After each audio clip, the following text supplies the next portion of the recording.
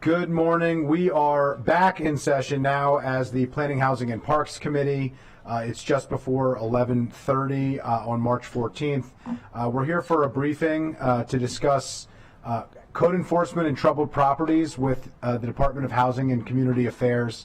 The purpose of the briefing is to obtain updates and request information from the department on its recent code enforcement activities, as well as an update on the troubled properties law. We amended Chapter 29, Section 22 of the County Code. That was something that was taken up by the last council, sponsored by Councilmember Hucker, and worked through the former Planning, Housing, and Economic Development Committee meeting. We continue to get a number of concerns and complaints about code enforcement, about the livability, the safety of some of our residential rental properties, and so we wanted to get an update from the department of what we're doing, how it is going, what the concerns might be, and how we can address the continued concerns that we get from residents on how to address these particular troubled properties and code enforcement and safety within our buildings more broadly. With that, I would turn it over to council staff to introduce the topic, and then turn it over to our executive branch colleagues. And we have several colleagues joining us today, which we appreciate. And please just text me when you want to be in the queue to ask questions. But we'll start off with council staff, turn it over to the executive branch for an update, and then we'll open it up, hopefully for the bulk of the conversation to be a question and answer session. So with that, Mr. Mia. Sure. Naeem Mia, legislative analyst with Council Central staff. I just want to note in the packet there is a link to the most recent troubled properties list. It identifies of the 665 properties, multifamily rental properties that are on the list, about 11% were identified as troubled and 19% were identified as at risk. The staff can provide more context on that information. There have been issues during the pandemic that are now coming to light as we resume our normal pace of inspections and things like that. So we also have a list of discussion questions in the packet as well. So at that point, the committee can answer some of these questions as well, or the staff can answer that. Appreciate it. We got an update of this very briefly last December, but we were hoping to go into quite a bit more detail, and so that's really the purpose of today's discussion. So I'll turn it over to the executive branch now so you can introduce the topic, let us know how things are going, and then we'll open it up to colleagues for questions. Good morning, Chair Friedson, and to the council. My name is Nathan Movell, and I am the Chief of Community Development at the Department of Housing and Community Affairs. I've been here for the long stint of about 4 months, and I'm happy to be here to present to you all today. Just to give a little bit of context, the whole troubled properties concept came into effect in November of 2016. When that bill 1915 was put into place, it became effective in March of 2017. And it essentially mandated that the Department of Housing and Community Affairs Code Enforcement over a 2-year period conduct inspections across all of the multifamily units in Montgomery County. There are approximately 700 multifamily buildings. And there are about 73,000 units in those multifamily, 7,300 buildings in those multifamily units. We had to inspect a sample of those properties and then come up with a mechanism to define how we would categorize those properties into one of 3 categories: troubled, at risk, and compliant. A troubled property is one that, because of the severity and the quantity of the code violations, mandates that we put it into that category. And we have some formulas and some data that we use, which we call a total violation or a TV score, and a severity of violations, which is the SV score. And there's a calculation that's used to determine how those those properties would fall into one of those 3 categories. But there's certain things that would automatically deem a property as troubled. Those include rodent infestation in more than 20% of the units, extensive mold growth, windows that don't permit a form of egress, reoccurring water leaks that could cause chronic mold growth or damage to the personal property, and lack of one or more utilities in the units that's not due to a resident's non-payment. if a property is designated as troubled, there's certain things that happen.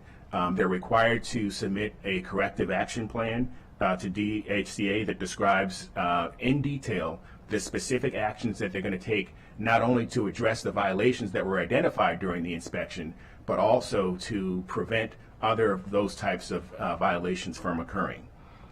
They're also responsible for providing us with, upon request, copies of all of their maintenance call logs on a quarterly basis. An at-risk property is a property that doesn't have the TV or the SV score to meet the threshold of a troubled property, and it doesn't have those lists of items that I talked about with the rodent infestation, the mold growth, and the utilities. And a compliant property is one that doesn't meet the threshold for trouble. It's a property that in general is well maintained and doesn't have any severe violations. And I think it's important to note, that when we go out to conduct these inspections, it's not just to go out and take a look to see if there are violations. Part of what we do is a critical part of preserving the affordable housing in Montgomery County. When we do our inspections, we're making sure that the buildings are not only safe, but also that they're well maintained. And when a building is well maintained, it reduces the future maintenance costs that occur to the owners, and it also increases the safety for the residents and the occupants of those buildings. We referenced that there was a troubled property list. That list goes out every September. I believe you all received a copy of that. And I wanted to just put a little bit of that into some context. I believe the report says that there are 75 properties on the 73. Okay, that's correct. We have there's several reports I've looked at, and every now and then you may see a slight discrepancy in numbers, and it has to do usually with licensing. Sometimes a property, when they apply for a license, a lot of these properties are smaller, 1, 2, 3, 4 unit buildings. They may combine them. But of those 73 properties, 11% of those are troubled, 125 or 19% are at risk, and the remaining of those are compliant. So I think it's important to take a look at the fact that of the 700 or so properties that we have in Montgomery County, 73 of those are on the troubled list. But I can put that into a little bit more context for you. Of those 73, only 10 of those properties are in buildings that are more than 100 units. The preponderance of those 73 are very small properties. 19 of those of the properties are between 11 and 99 units, and of those 19, 11 are 50 units or less. So the preponderance of the properties that we have are in units that actually have less than 10 units. There's 44 properties that are less than 10 units. So that puts it into a little bit of context. When you think of the 73, people think of rental properties as high-rise buildings, large multifamily buildings. Most of these are smaller properties. Some of them, like I said, there's 1 or 2 that are 1 unit. Most of them are, 3, 4, 6, but less than 10. And when we look at those properties, we also have to take a look at how those properties are described as properties. We may have a complex or an area where we would drive through and you see an area of townhouses or walk-up apartments, and you see 4 walk-up apartments in a row, and you would think of that as one property. The ownership is the same, the management is the same, but the way they have that license, each building could be licensed as an individual building, an individual property. So it kind of compounds that 77 unit number, 77 property number. The other thing that's sort of interesting, and when we look at troubled properties, is how do we determine that a property is troubled? When you have situations like I just discussed, where you may have a series of 4-unit buildings, there may be 4 of them together, and part of the legislation dictates that if we find infestation in 20% of those buildings, then that's automatically going to require that property to be put onto the troubled property list. So if you have 4 buildings and you have 1 unit where you see a roach or a rodent, that's automatically going to put that property on the troubled property list. So I just wanted to put some of that into context for you so that you can understand, when we look at the 77 units, what's made up of those 77 units, and how do those properties actually end up on the troubled list, and then what happens and what do we do on our part afterwards. So when we do have the properties on the list, We require them to do that corrective action plan. We go out and we do subsequent inspections. And it's not until after the corrective action plan has been submitted and until those violations have been corrected that they come off the list, but they don't get reflected as being off the list until the next year that list is created. Yeah, just a couple points of clarification on that. I think it's important for everybody to understand, and we went through this quite a bit as we were reviewing this previously. But first of all, on the properties, are you able to break it down by property owners?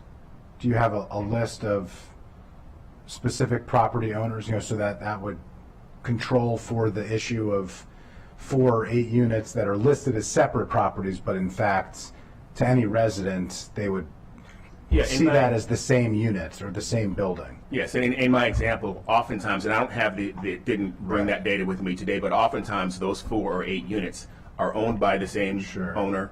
They're managed by the same management company, but they're listed as 4 separate properties. Yeah, I'm just wondering if you can break it down by license holder. We can do that. Yeah, so if you could get back to the committee and break down by license holder, one of the things that we learned quite a bit when we were looking at evictions and when we were looking at troubled properties is overwhelmingly a small group of property owners that are very bad actors.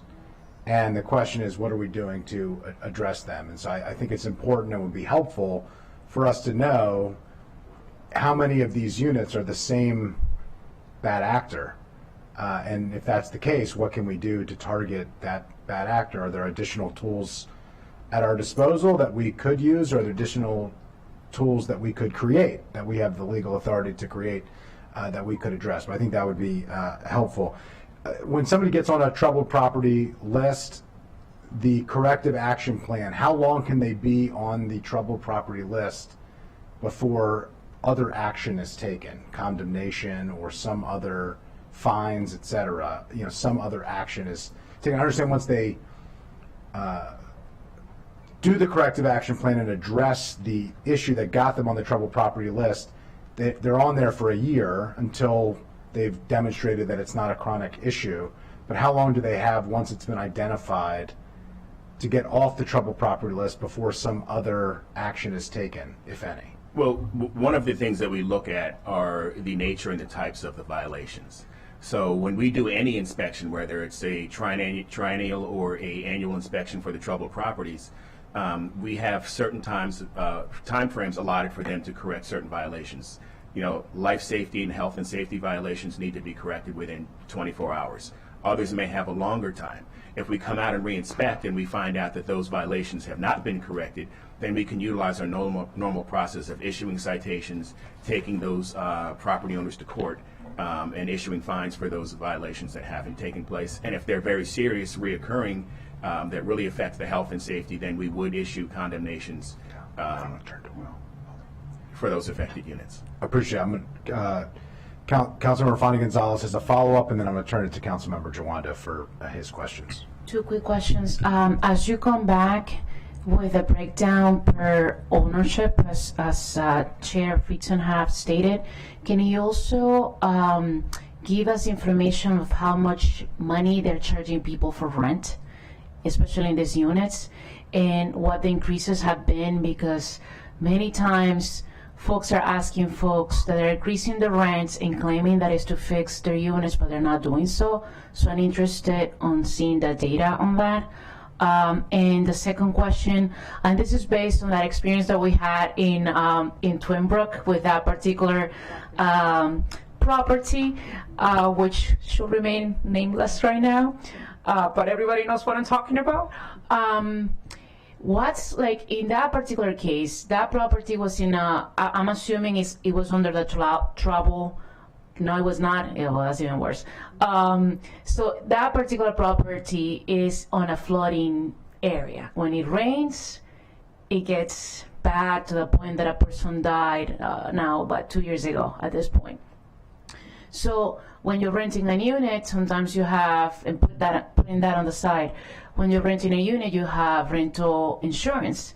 If something bad happens, the property owner should be able to put the families in a hotel until the unit gets fixed. How does that process work, because based on that experience that we had in Twin Brook, it was not good. It was not smooth. I mean, we had to step in ways that really the property owner should have done it, like finding a hotel for the family. But I do want you to emphasize on that case because it's so recent, and I'm sure there are lessons learned for all of us. I'll leave it there. Thank you.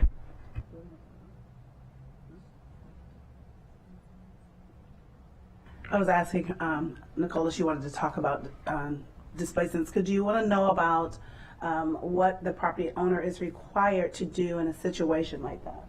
So that would be Nicole, yeah. Good morning, everybody. Nicole Catravanos. I'm the manager for the Office of Landlord Tenant Affairs. Thank you. Whenever we have a condemnation, whether the condemnation is as a result of code or the fire marshals, there's a portion of the bill that we have to look at, or of the code. And in all situations when there's a condemnation, then immediately the lease ends, right? And any prorate rent that is due is provided, and the security deposit has to be provided in full with interest. That goes for any and all condemnations. The pivotal question is, what role, if any, did the landlord or the property owner have in the incident? And many times we don't have that answer immediately. And we find ourselves in this limbo because we don't know what the obligations are of the landlord, since there has been no determination of negligence or fault, right? So if the landlord, if it's determined, and many times depending on the situation, a fire, it would be the fire marshal that determines that, but if it's determined that the landlord is not at fault, then they don't have any obligation to provide hotel or alternative housing. All they do have to provide is the security deposit, the interest, any prorate rent, and that's it. The obligations begin if it's determined that they were negligent or they were at fault or that they had some contributing factor to the incident. And then you have to do an analysis if the displacement is projected to be a temporary displacement or a permanent displacement. Depending on that, if it's going to be less than 30 days or more than 30 days, what the obligations of the landlord or property owner would be to the tenants. So we have to go through that process every single time, and because we don't always immediately know whether the landlord or property owner is at fault, it hinders that process. And can you provide the first part of the question on the money, the fees, the rental fees, how much money people are paying and the increases? Can you also provide that info for all the travel properties? You should have that info, right? We do a rental survey every year generally. On the code enforcement side, we don't take a look at rents as we do our code enforcement efforts. It's something that we'll have to take a look at and look through our data to see how challenging it would be to provide that data, but we can certainly look into that. Yeah, we should. And you did want to mention also, you mentioned insurance. And just because we are on the record and because we do have some residents who are watching this testimony today, I did want to mention that the insurance that the landlord purchases is to protect the property, not to the structure itself. It does not protect the personal belongings of the renter. There is something called rent insurance that renters can purchase, that if there is an incident that causes a displacement that is not the fault of the negligence of the landlord, that there is insurance renters can get that will help to protect their personal property and possibly to give them alternative lodging in the event that they aren't able to stay in their property. Appreciate that. It's a good transition. Councilmember Jawando has worked quite hard over several years to deal with the issue of moving expenses and displacement. We also took up this issue in Councilmember Rice's bill related to mercury regulations as well, and this was a significant topic of conversation, but I wanted to acknowledge Councilmember Jawando's work on this particular issue and yield to him. Thank you, Chair Friedson. And yeah, I wasn't going to ask that, but I will mention that law you cited is recent. It requires, it was prior to us passing the bill I introduced, you didn't have to do anything as far as relocation expenses as a landlord. Now, after it is deemed to be the fault of the landlord, which I'm hearing, I'd like to dig into that a little more offline if you're having issues there. because we want to make that a quick determination, because obviously it matters. But once that determination is made or it's deemed inhabitable, you do have to provide 3 months, depending on whether it's temporary or permanent. There is a requirement for money to, and that's something that's it within the last year or so, whenever we pass that bill. But we always want to know if we can do more and see how it's working. So I'd love to talk to you, more about that. On the troubled properties list, I have no problem, and I actually think we should call out people on the list. Personally, we call out a lot of people for a lot of things. If you open up my Only Gazette, we put out who's been arrested and what's happened. We put out a lot of things, and I think it's public information, and people need to know. But this list is hard to get to, in my view. I've been here for the last 15 minutes fiddling around with that in Montgomery. It's not easy to sort the thing the right way, to see the list, to see what's happened. So my first question is, do we publish, and where do we publish this list, and how often do we publish it, or do we at all? So it is published once completed in September, but Data Montgomery is where you would find that information. So it's buried. Okay. My words, not yours. Okay. So I just think, and I would ask my colleague, fiddle with it right now. It's not really, you click the troubled properties link, and it's not, it brings up all the multiple properties in the county. And I'm not in 662, and it's really hard to tell how to get to the troubled properties. I know some by name, so I can see them here because I've seen the list before in packets. I've lived in some of them in when I was a child, and they're still on the list in Quebec Terrace and other places. So I think we have to figure out a way. We're having a larger debate about what to do on rent stabilization. In absence of a policy, a lot of times, a lot of us would, when someone would raise the rent 100%, we'd go do a protest in front of their building. That was the only lever we had to kind of just shame people into doing the right thing. And I think, so while we want policy tools, we also want people to know, the millions watching at home and the others, what the list is and why it's on the list, right? And if they've come off the list, right? This is a consumer-friendly practice, so I just ask that we make this more accessible at DHCA. We find a way, even, as a communication and outreach strategy with your team, not your department, to get this out when it's published once a year. I think that's something that doesn't require legislation, but I would think we should do that. The other question I was going to ask is single family units. You mentioned the size of the units. Are those included on this list?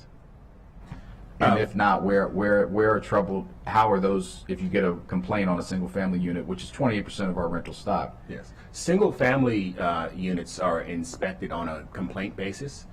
They aren't inspected on a regular schedule like the multifamily units are. Yeah. But we do conduct regular inspections when either we get a complaint by the occupant or by a neighbor or another member of the community. Got it. And I knew the answer to that question. I wanted you to say it. It's an increasingly large number of our rental stock. The last numbers I see, you can correct me if I'm wrong, is that over a quarter of our rental housing is single family housing. That's a lot of people. So I think we need to figure out a regime for that's not just complaint based. Do you have data on the complaints from single family units? Do you could you tell me how many did you receive last year, for example? And I know you're new, but is that accessible?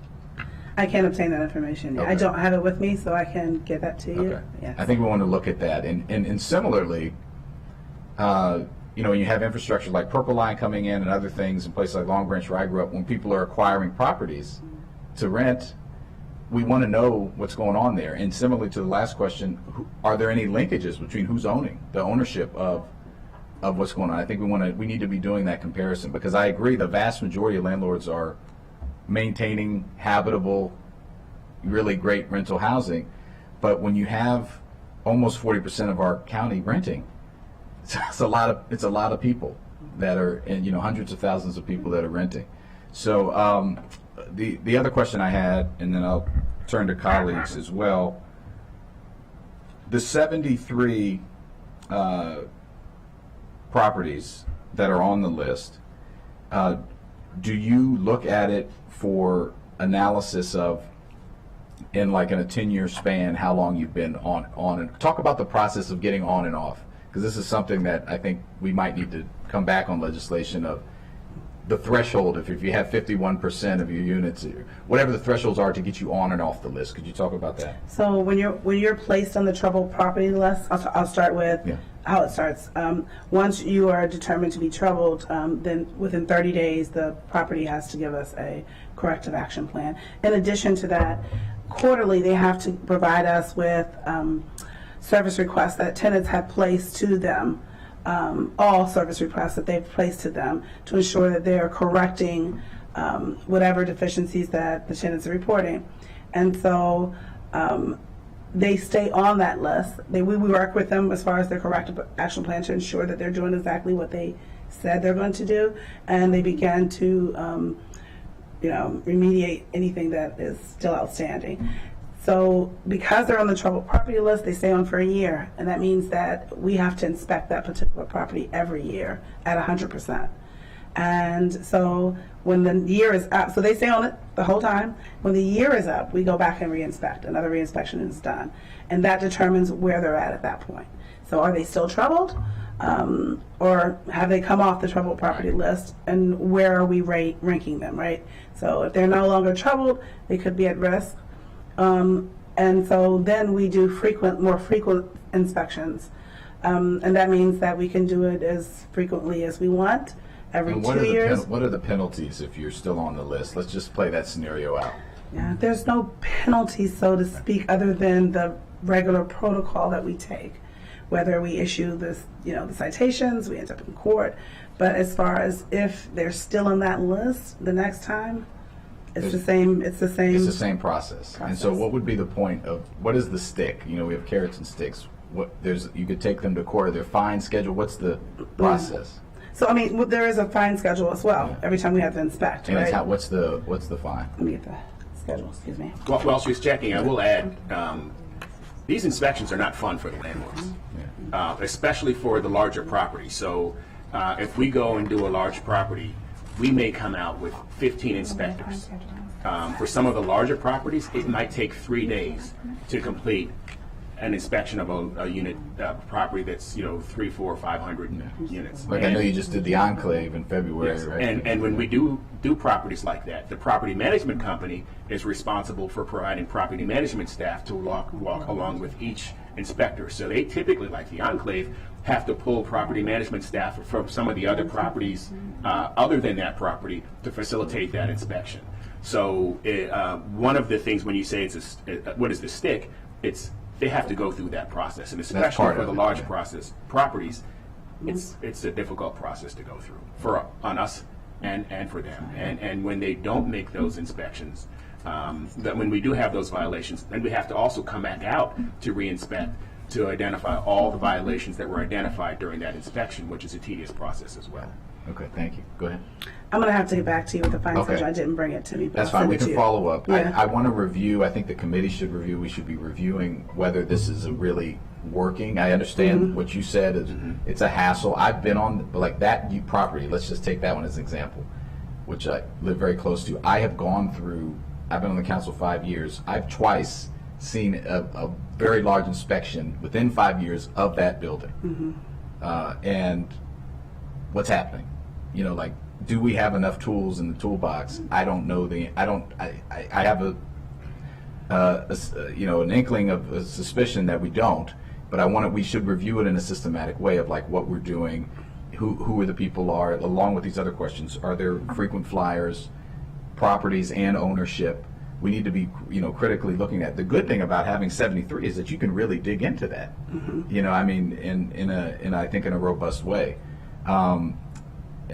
And just see if we have the appropriate mechanisms in place, if you have the staff you need, all those things I just want to make sure this part gets out. In a multifamily property like that, you're on the list a year before. What gets you off the list? How many units have to be where's the cut score? Could you just describe that again? Yeah, so when you're on the troubled property list, that property gets inspected every year, and 100% of the units in that property get inspected. Right, but how many have to be above acceptable? You were asking about Yeah. the TV score and the SB Yes. score and what that threshold Yeah. is. We can share that formula. But I did want to mention that the other area where we closely have some sort of leeway is when you're at risk. So when you're at risk, we typically have to do a minimum of 25% of the properties, of the units in To the inspect. property. Yeah. Yes, and that's usually done on a biannual basis. But we can increase that. And there's some properties just recently that just barely met the threshold of being a troubled property. We made the decision to say, because you're so close to that threshold, we're still going to inspect you. They barely met the threshold to not be a trouble. To not be a is what troubled you were property. saying. Yes, Okay. they weren't Okay. troubled. They're Right. just below the troubled. We still inspected 100% of those units. Right. And the goal of that is to try to work with those at-risk properties to prevent them from being troubled, so that we can make sure that the folks who are living there are living in decent Well, conditions. I think as you come back to us, I think we need to, if you're at risk or troubled, there's also the issue of you just fix the problems that are identified, and then the other ones have a problem, right? This, this kind of, it goes around, and then the next year you're on the list again because of different properties that weren't inspected. So to your point, I think we need to ask the question of, if you're on either one of these lists, should we be inspecting everything every year? And what that would mean and cost for, again, for these groups of properties. So I appreciate it. Lot here, but appreciate. Oh yeah, do you want to answer just the threshold question? You have it there. If you quickly answer the threshold, because I do want to turn to colleagues. I'm I sorry. really appreciate the line Sorry. of questioning. It's very important. But I do want to make sure we have colleagues have an opportunity. He's gonna make you read it. So, You just turned the mic off. You need to turn your mic on. Turns off, yeah. You need Severity of glasses for violation DHCA. score. So the severity of violation score shall be based on the following points: 5 points for each health and safety violation found, 3 points for each higher priority violations, 2 points for each medium priority violation, and 1 point for each lower priorities. And so then they go into low, medium, high. Health and safety is all the emergencies. It could be infestation. It could be, a number of things that give them that 5 points. And then it could be maybe a broken towel rack that would give them 1 point. So once you do the score and you take the total number of violations. Is it out of 100? Like, is out of what? What's the total score out of? The total score, it's the severity of the violations found is for the SV score, right? And the total of violations for the TV score. So it's those two combined. Okay. All right, we can fall. Partially based on the number of units. So Right, right. And then there's a matrix that we use. It gets plotted onto that matrix, and depending tells on you where whether it they're falls in above. that quadrant on the matrix, tells you whether you're troubled, at risk, or compliant. Got it. Okay. Thank you. Thank you for your. Appreciate that. Thank you for the line of questioning. I just want to note, when we came back in 2019, that was really the first time that the prior Fed committee had taken up DHCA's work on implementing the bill. And the enclave, which was really the impetus in many ways to identify troubled properties like the enclave, was really the rallying force behind getting that bill passed in 2017 and implemented it in 2017. If I recall, the enclave at that time in 2019 had nearly 2,500 violations, more than 3 violations per unit. I mean, so I just, I think it's important that we separate out the standard rental housing facility that has an issue that comes up here and there and takes a little bit longer than you would like to get it fixed, and a building like the ones on this list that have chronic, ongoing safety issues that are just not addressed. I do have some follow-ups on that. I know Councilmember Stewart does as well, but I want to turn it to our colleagues first, then we'll come back to those particular questions, because I do think it's an important case study. It was the impetus behind the bill, and I'd like to understand how it's transitioning off the list, because at some point, this should be a progressive process. You should either be getting better or you should be treated worse, in terms of the regulatory regime. And it seems like there's a little bit more stasis than any of us are comfortable with. And so, we want to help equip you with the tools that you need to be able to do the job we know you want to do, but perhaps we haven't provided you with that up to that point. So why don't we turn it to Councilmember Lukey and then Councilmember Mink. Thank you. And I guess a lot of my questions are going to go to the heart of this issue because it seems like our regulations and our statutes are not getting the job done because there's not a big enough stick to incentivize taking the corrective action that's necessary to make improvements so that you're not at risk anymore or you're not on the troubled properties list anymore. You know, to me, if you're on the troubled properties list and a year later you barely skate by and you're still at risk, we're still having a huge problem. You did not get the message. It was not said loud enough for the people in the back row, right? And if the cost or the stick, as you will, in this case, is a fine that is far less than the cost of doing the repairs, and there's no eyes on that problem, you got 11 months to make life miserable for other people, right? And those folks don't have a voice because they know they've made the complaints and they know you're not coming back for another year. And I'm curious, you know, how many employees are available for inspections that are both the required regular inspections and the complaint-based inspections, and then also the conciliation process? How many people? So we're budgeted for 35 inspectors. Okay. Of those 35 inspectors, they work on different teams. We have 4 different teams. We do have a multifamily team, Okay. Which is one of the larger teams.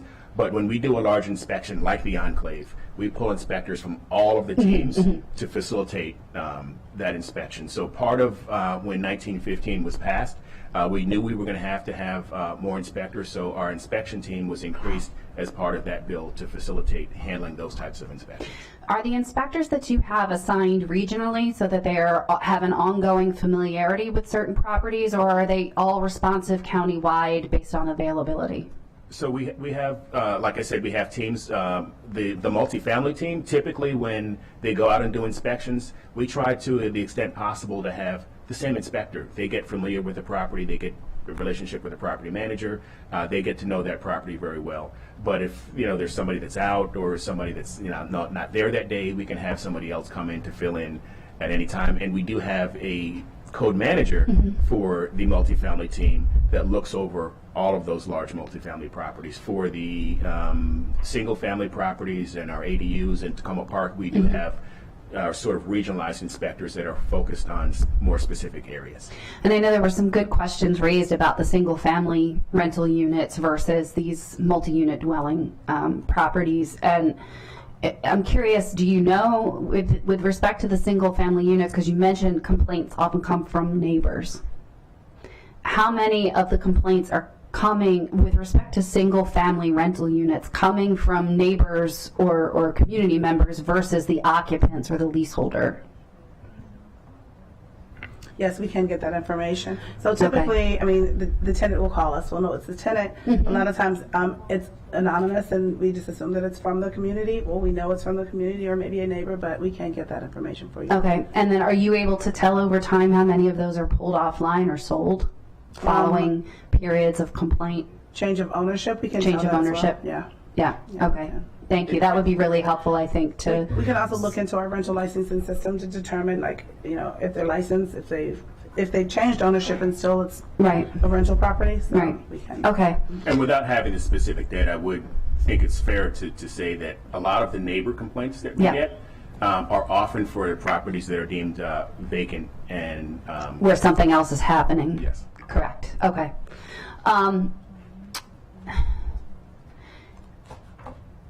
I have a question about, this goes way back to the first part of this discussion, where you're talking about multi-unit dwellings, where one tenant has a complaint, has an issue, they're trying to get the landlord to rectify it, but the issue is not necessarily caused by them or in it, their unit is being impacted by something happening in an adjacent unit or in another part of the property that is adversely impacting their unit. How does that get handled in the event of a displacement? When it's not the tenant, the individual in Unit A is not the tenant who caused the problem, it's Unit B, but Unit A's unit is now not habitable. Who handles that in the event of a displacement? So a situation like that often comes into play when you take a look at infestation. Right. You may have a tenant in a building that's not being a great tenant. not taking care of their unit, not disposing of trash, and that infestation or whether it's rodents or roaches or bed bugs may stem from that unit, but it definitely affects the other unit. Right. And sort of the standpoint that we take a look at it from an enforcement standpoint is that it's still the owner's responsibility to address that issue with that tenant. They still have to come into compliance with that infestation being eliminated. Now the landlord has responsibility to utilize their lease to address that issue with that one tenant. I'm not sure if that's answering your question. Yeah, so I'm talking about like the causative issue, right? Because if you're talking about who bears the responsibility or whose burden is it, even if they have renter's insurance, right? I was a high consumer of renter's insurance because I've rented in 5 cities and multiple states, right? But whose responsibility is it that if I have rental insurance and I end up displaced because of something that happened in the unit next to me that I did not cause, but the landlord hadn't taken care of, or maybe, they were attempting to deal with it with that unit, but it's impacting me, where does that person fit in? And because then subsequently, if I do have insurance, right, because not everybody does, and we don't have a requirement that informs our tenants that explains that, and many of our tenants don't understand that, right? Don't understand, well, the building's insured, but it's only for the structure and it's only for the common areas, and like, oh geez, now we've had a fire and I don't know, but my stuff is all gone and I don't have renter's insurance. After the fact isn't the time, when the tenants want to hear, sorry, that's not our fault. So what can we do to better educate the tenants? But if they do have the insurance, then there's a subrogation issue there, right? But in the event that there's a subrogation issue related to whose insurance should cover what and who gets to claim back on that front, where do you fit in on that in terms of determining the cause of the problem in the first place, so that the tenant who isn't the cause but is affected isn't burdened, and their policy, if they have one, isn't burdened, and that they're able to recover? That's an interesting question. But part of when we do condemn units, we condemn units and there's a reason. Right. So, and I'll let Tamla speak a little bit about that more, but if we condemn a unit because of infestation in another unit that's not the fault of the unit we're condemning, then maybe that can be referenced. And then when Nicole's team goes in to determine what services are provided, they can consider that. Okay. So what I think you're asking is, if there's a problem in my unit and I'm a tenant and the cause is maybe a leak upstairs and they've caused this problem and now I'm displaced, right? Who bears the burden, right? So we as code enforcement will cite the landlord, but also would determine who's at fault and what happens to that tenant. Is it their responsibility? Is it the landlord's responsibility? Were they at fault? Were they not? And it follows on to the bill that we spoke about earlier. Right, because a lot of what we've heard at different town hall meetings is the tenants feel like they're stuck between a rock and a hard place when they may not be the person who's causing the problem, but there is and it may not even be the landlord causing the problem, but there's a problem and it's not getting resolved effectively. So thank you, I appreciate that. Thank you. Appreciate that. Now, Councilmember Mick. Thank you, Chair. Wanted to just make sure that I understand, and I know that we've touched on this a bit already, but for properties that are placed on the troubled properties list, the only downside really for them there is that they get more frequent inspections. Is that correct? They get more frequent inspections, and then the subsequent inspections, we have the ability to charge them for. We have to double check with that fee schedule Okay. and the fines. And so if they're not on the troubled properties list, do we still have the ability to levy those fines? Absolutely. Okay.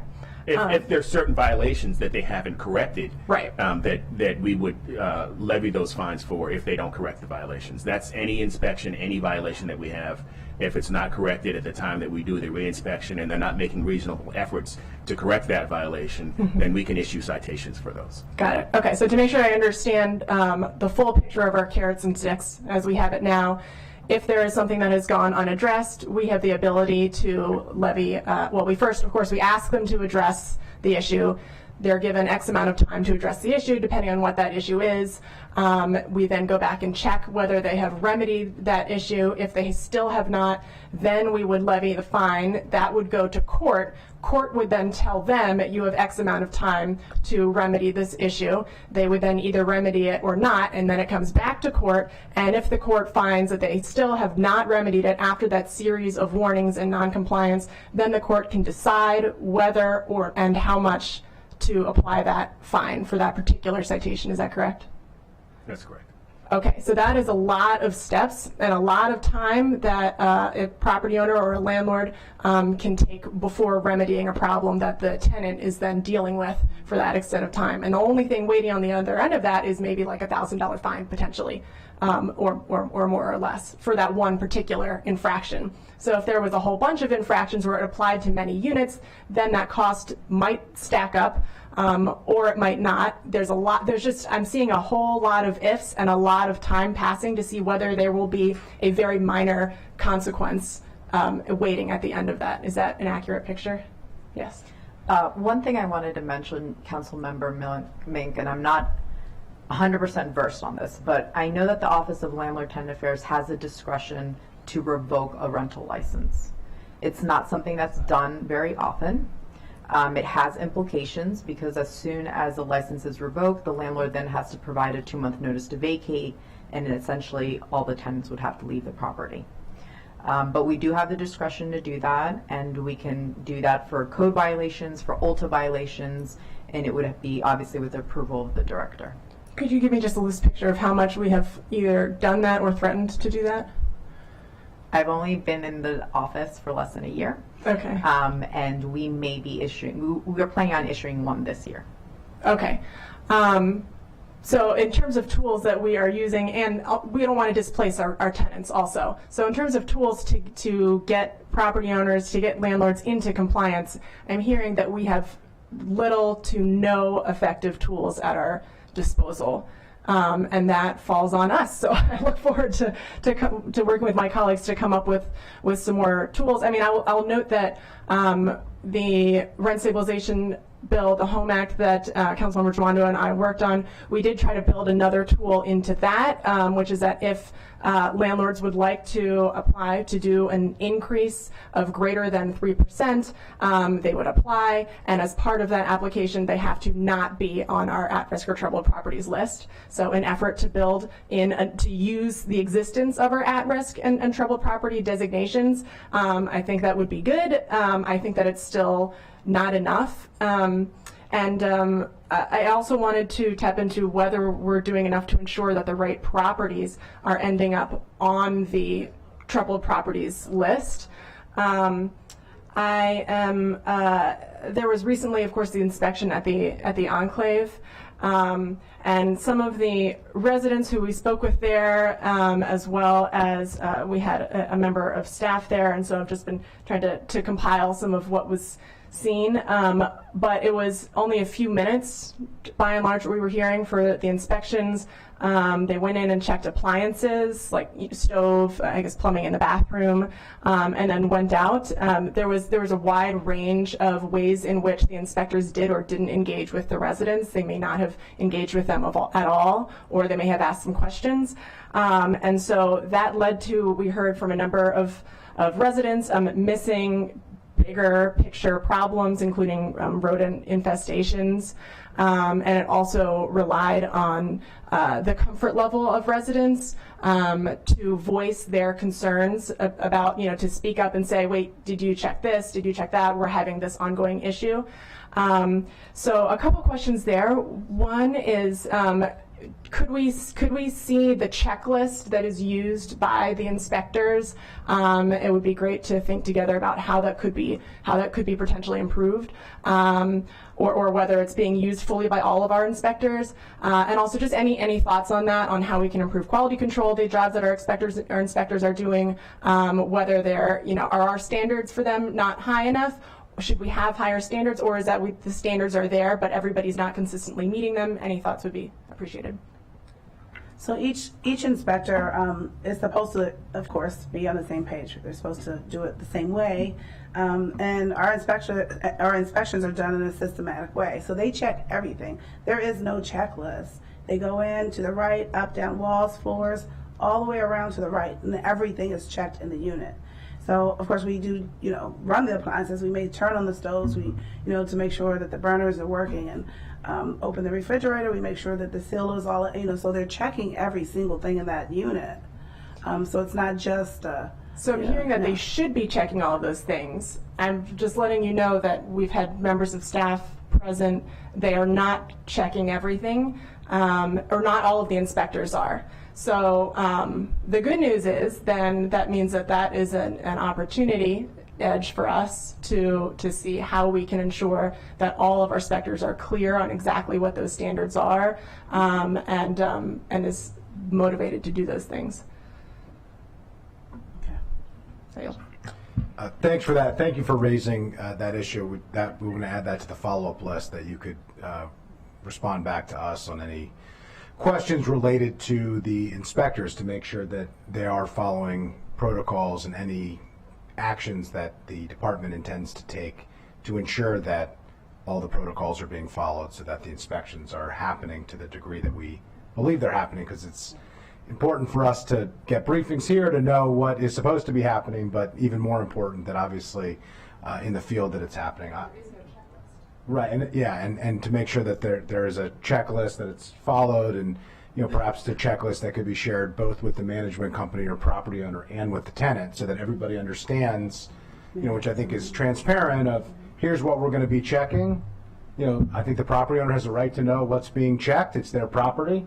I think that's certainly their right, and it's the tenant's right, I think, to know in their home, what is going to be looked at to make sure, and then if they have a concern, they can raise it at that point. Yes. So the property owners, we give them a checklist of things that we look at. That goes out, but we tend to stay away from checklists when it comes to inspectors, because I don't want them just checking what's on this list. I want them to check everything in that unit. And that was the reason why there was not a checklist. Okay, well, I don't want to get into a back and forth. I think that requires some follow-up, because I think what you're hearing from some colleagues is that there have been concerns raised by tenants that they didn't believe that all the things that they were told were supposed to be checked were checked. And so I think there's work that needs to be done in that regard. I don't think we're going to litigate exactly what needs to be done here during this session, but we've identified an issue, and I think we hope that you will follow up with us to determine how we can address it. We know that you're doing the best that you can, but clearly this is a concern that's been raised, and I think it needs to be addressed. So, Councilmember Stewart. Great. Thank you very much for coming today. And Nicole, since you weren't here earlier when we were talking specifically on fire safety, I do want to just say thank you to your office in helping the residents of Arrive and your partnership. It's been really very helpful to the residents. We had a conversation, I just want to put a pin in it to come back to when we're talking about renter's insurance. I think, as you all know too, it is a very complicated area for folks. Many times landlords will put it in their leases that, if you sign on to this is insurance for us, this is not renter's insurance.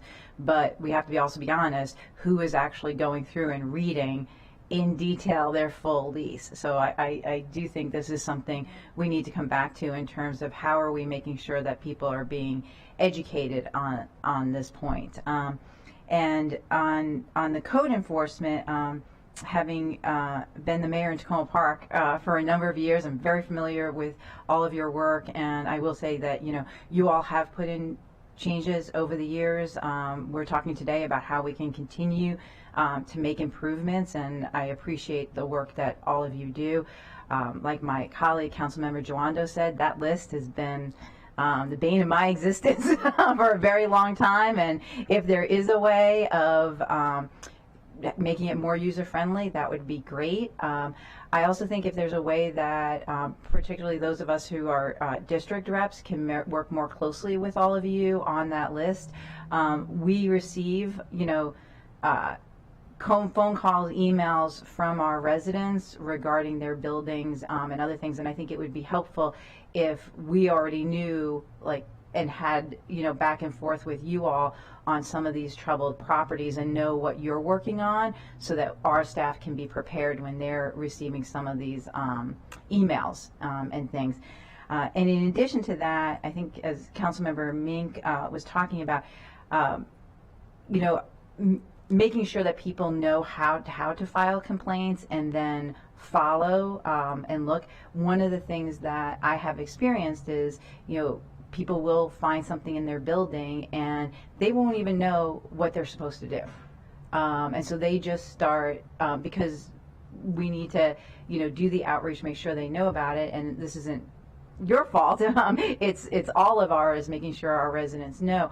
But then they start reaching out to everyone or those they know, and it gets frustrating for them, as Councilmember Mink said, because situations could go on for a very long time before we actually get them to connect to all of you and do that. So I think as we're following up on some things, thinking about how we can do outreach to residents to make sure they know about the process and to file complaints, I think is really important, because once you get that number, right, then they can track it. And that's what we always say to them. You have to go through the process, get the number, you can track it, and then if there's recurring issues, we have a record of that for the buildings. And that's so important. I know you all know that, but being a new district person, I look forward to working with all of you in the work you're doing. And if our office can, glancing at the list, I know District 4 has a number of these properties. So if there's anything that we can do in partnership with all of you, we look forward to that. Thank you, Chair.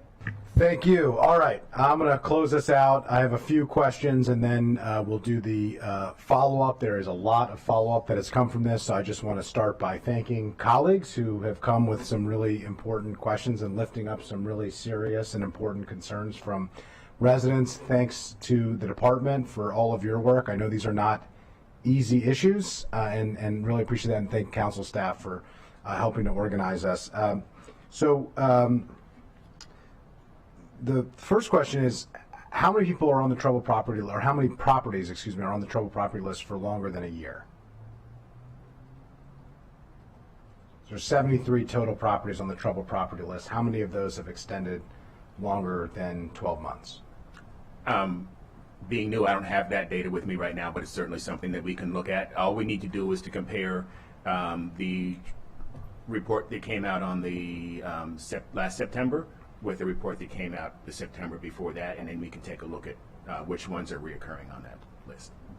Okay, so I would love for you to send that to us as soon as you have it. Okay. I would like to start from the beginning and, repeat, double repeats, triple repeats. I mean, there's only 5 years, so it's not that much data to look at. I actually think it's less than 3 years, because it took a year and a half to really get the program running, because you had to start inspecting and have a baseline to start with. So the first troubled property list, I don't think, came out until fall of 2019, if I'm not mistaken. And so, you're really talking about, 3 or 4 years. The 2023 list isn't out yet.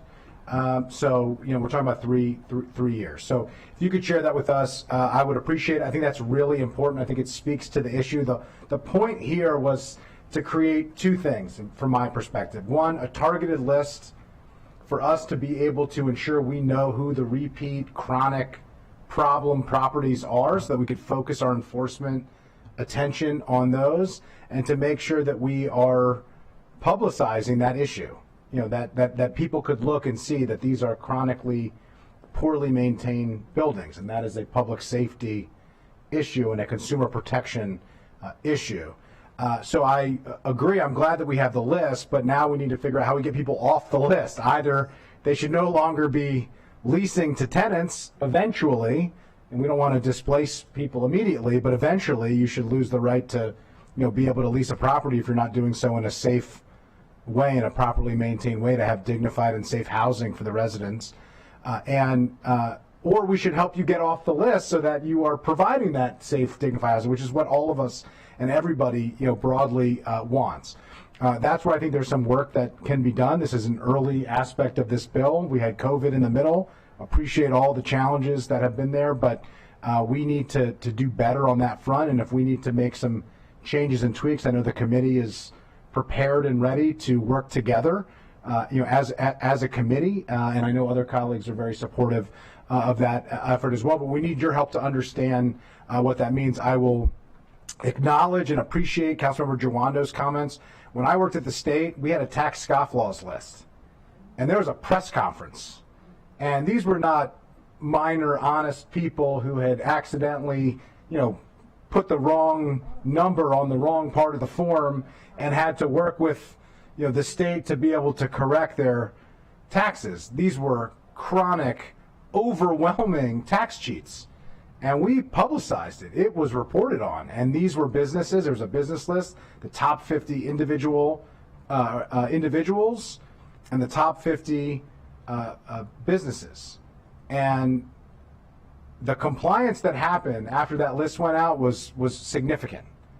And we didn't add a single new regulatory burden or a single new process that taxpayers had to go through, or hurt honest taxpayers who just made a reasonable mistake at the expense of those who are really the serious problem. We just put it out there and said, hey, you want to see who are the people who are causing the biggest problems?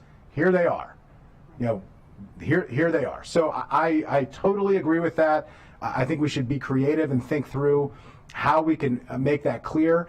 Yes, the shaming of bad actors, I think, is an effective tool, and I want to be truthful and honest about that, and I don't think we should be afraid of doing that. I think the overwhelming majority of property owners are responsible, do the right thing, provide safe, dignified, quality housing. There is a small group of bad actors, and we should be using every tool at our disposal to protect against them. And residents are at risk by their irresponsibility, and we need to take that seriously. We also want residents to be able to know. You should know before you sign a lease. And so the other question is, if you're a troubled property, do you have to provide documentation to a tenant before they sign a new lease or a lease renewal? Well, that's another thing. Can you implement, are you able to implement that through regulations, or does that require a law? Okay.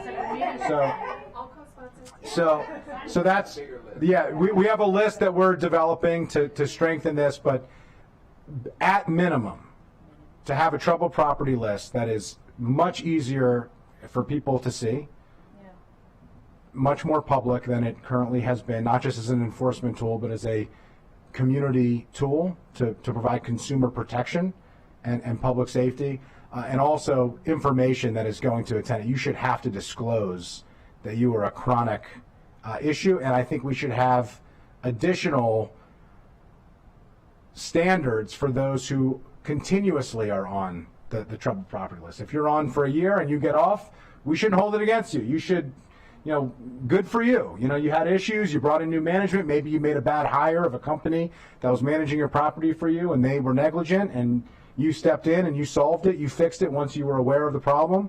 We should be thanking you for that, to provide the type of housing you need. But if you are chronically having issues and not solving the issues, then we need to really step in and step up. So I will follow up with colleagues on that. I know we all have our own list. I think the rental insurance piece is very important. That has been written down on multiple notepads from several of us in numerous instances over the last several months.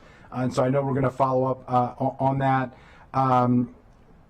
I just had two other aspects of this. One, there has been a request from AIM and other community advocacy groups for a specific hotline for tenants dealing with issues like this that is trilingual at minimum, starting trilingual with Spanish, French, and English. I know the county executive expressed broad willingness to look into that. I'm not sure that he made a formal commitment to that, but I wanted to acknowledge and reiterate my support for that. I think it's very important, and I think that the 311 system, as the county executive has acknowledged, is being inundated by these issues, which makes it challenging for all the 311 requests on other issues, and also is not serving these residents as well as it needs to serve them. That is a government operations question on 311, but I think could be a separate system when Health and Human Services created their own hotline that addressed a number of concerns and issues, and so I do think we need targeted solutions for targeted problems, and this is an example of it. And then similarly, a portal that allows residents to be able to easily upload pictures and to demonstrate that don't need language, because one of the challenges that we have is not all Spanish, not all French is created equally. There are dialects, there are challenges. Having those conversations over the phone can be extremely difficult. Someone might not even want to speak on the phone to a representative of the government for a lot of very reasonable reasons.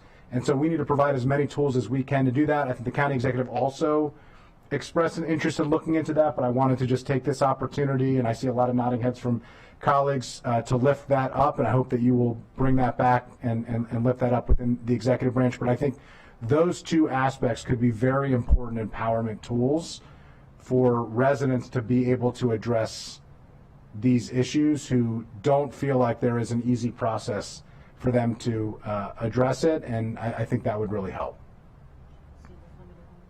And then we are going to follow up, and I was going to ask council staff in 1 to 2 minutes or less to just go through some of the follow-up single-family homes just acknowledged by a colleague. That is an area that we need to look at. I think it would be helpful if we could hear from the department of what that would entail. What would a more proactive inspection regime? Right now we do inspect single-family homes, but on a reactionary basis, which is better than nothing, but not as much as many would like. And so what would a proactive regime look like? Do you have recommendations for us? I think it would be helpful for us to start from there, from the people who are actually doing the work. But add that to the list of follow-up. But Mr. Mia, if you could just acknowledge some of the follow-ups that we have identified today. Some of the ones we have a number of license holders who are owning their troubled properties on the list. How much are rents being charged for those troubled properties over time, and what is the increase for those properties? We have a copy of, or looking at the creation of a checklist, or discussing more about a checklist as an idea, or increasing standards for inspections. Going back 3 years to look at the change, or to see how often a property appears on the troubled property list. That's a data analysis question we can follow up on. On renters insurance, how can we explain renters insurance to tenants, prospective tenants? There's a legislative aspect of that and an education aspect of that I want to acknowledge both. So I just, for follow-up purposes. Yep. Collecting data on single-family inspections, who owns those rental licenses. Let's see. Did you have the data analysis of the property owners of the troubled property list too? Okay. Correct. Yes.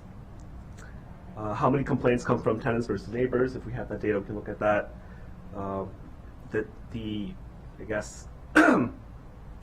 The frequency of change in ownership of properties, we can take a look at that too, comparing it to the rental license data that DHC also collects. And I also have how many properties are transitioned off the troubled properties list, and are there appropriate incentives to correct violations, or should we review those incentives, or sticks as you call them, to see if that needs to be could we add on to that, because I think it's important if we're doing this as a data analysis, and Councilmember Mick was really speaking to this.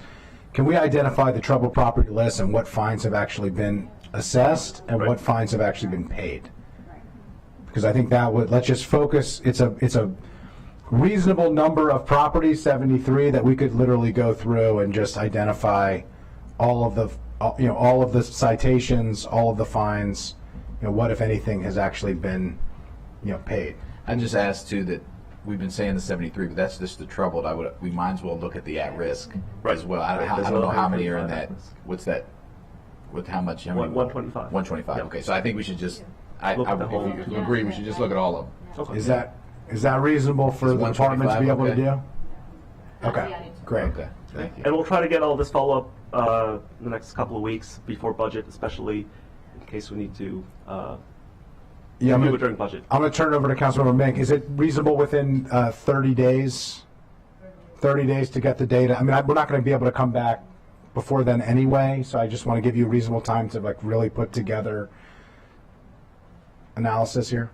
Okay, so if you can get, there's a number of things that aren't data, analysis that are policy related, and others that are going to take more time for us to work through, and we're going to have to come back after budget on those. But on the data that we just talked about, for us to have, you could send it to us in writing. We don't have to wait for another meeting within 30 days. So by April 15th, that would be very helpful. So one of the things we won't be able to get is the rent increases. Licensing does their annual rental survey, and they go out in May, and they're due by July, and that's where we get the data on there. So we won't have that for you. Okay, Even if you have the one from last year, no, this year, that will give us an idea, if that's possible. Okay, thank you. Councilmember Bink? Sorry, thank you. Great follow-up. Thank you for all of those pieces. Just wanted to really emphasize the importance of getting a checklist together, and that's a liability issue for everybody involved. There are standards nationally when a property has to be inspected for Section 8 housing, and so there are checklists that exist. We have hopefully even higher standards here in Montgomery County, so we would want to extend that, but to be relying on each individual inspector to just know and remember every single time all the different things that they have had to check, and then the inability of us to be able to say, yes, these specific things have been checked for safety and habitability in all of these units seems like a real plot hole. So I just wanted to emphasize the urgency of that particular issue as well. Appreciate it. And I think if we could get a response from the county executive, a formal response on the portal and the hotline, I think if it's okay with colleagues, we can make it a formal request from the committee of whether or not. I know he's expressed an interest in it, so this is not a combative request, but I think it's important for us to have an answer to be able to respond to residents who have asked about it. So if you could circle back with us on that would be helpful. Okay. With that, we have quite a bit to follow up on. Just want to really thank all of our colleagues for joining us today, committee members. This was a really important conversation and discussion, and one that needs to continue. We have a lot of takeaways and a lot of follow-up, and we will continue to look into these issues. And with that, we are adjourned.